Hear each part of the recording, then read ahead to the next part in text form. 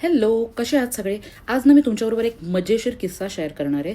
ठाण्यामध्ये एका cricket क्लबचं selection होतं आणि त्याच्यासाठी मी आणि तुषार अर्जुनला सकाळी 7 वाजता घेऊन गेलेलो. नॉलेज नसलेलं, क्रिकेटचं नॉलेज नसलेलं मला वाटलं एक 100-1 जण असतील. पण त्यावेळेस मी तिकडे गेले, त्यावेळेस मी बघितलं की लिटरली मुलांचा आणि पॅरेंट्सचा समुद्र लोटला होता तिकडे.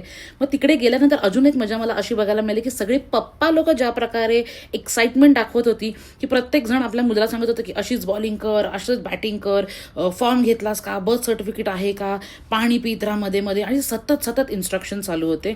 आणि हे सगळं करत असताना त्या क्लबचे जे कोचेस होते ना, त्यांना खूप कठीण जात होतं मुलांबरोबर कम्युनिकेट करणं, कारण त्यांनी मुलांना एका साईडला उभं राहायला सांगितलं होतं. आणि मग ते येऊन एक टाइम असा की ते पेरेंट्सवर ओरडले की पेरेंट्स प्लीज एक तर गेटच्या बाहेर जा, नाहीतर लांब उभे राहा. पण पेरेंट्स पण इतक्या आज्ञाधारक, पटकन कोचचं ऐकायचं आणि कोचचं लक्ष हटलं की पटकन परत जवळ जायचं आणि परत इन्स्ट्रक्शन सुरू. तर ही सगळी मजा मी बघत होती. आणि या मजेमध्ये ना माझा नवरा पण होता, मध्ये मध्ये मध्ये मध्ये अर्जुनकडे जाऊन त्याला इन्स्ट्रक्शन देत होता. मी त्याला बोलत होते, अरे नको, त्याला काय करायचं ते करू दे, पण जाऊ दे, त्याला काय करायचं ते करू दे. तुषारला पण त्याच्यातला स्पोर्ट्समन आहे ना, त्याला थांबवणार नाही हे सगळं करण्यापासून, वडेवर. मग त्याच्यानंतर अशी मजा झाली की मुलांना एका नेटमध्ये घेऊन गेले तिकडे सिलेक्शन प्रोसेससाठी.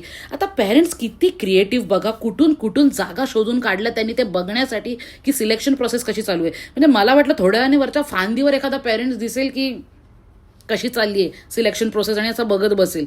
त्याच्यानंतर नेटच्या इकडे मी बघितलं काही पेरेंट्स अश्य करून बघतात की कशी चालली आहे सिलेक्शन प्रोसेस.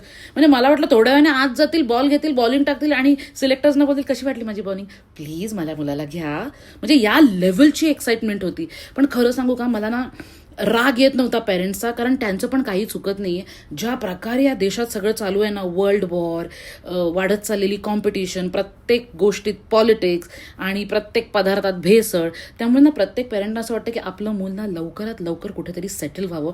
आणि त्याच्यासाठी या एक्साइटमेंटमध्ये हे पेरेंट्स हे असं कृत्य करून बसतात.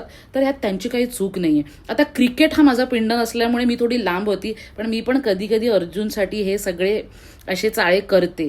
तर ॲज अ पेरेंट मला पटतं त्यांचं. फक्त हा किस्सा तुमच्याबरोबर शेअर करायचा होता. अर्जुनला या गोष्टीसाठी मी तिकडे घेऊन गेले होते. मला फक्त अर्जुनला हे दाखवायचं होतं की आपल्या देशात किती टॅलेंट आहे आणि तुझ्या समोर किती टफ कॉम्पिटिशन आहे ते बघ, आणि त्याप्रमाणे तुला स्वतःला तयार करायचं आहे.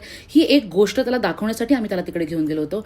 तशी तर त्याची ही सुरुवात आहे क्रिकेटची, त्याचे पण दिवस येतील. कसा वाटला हा व्लॉग मला कमेंटमध्ये नक्की कळवा.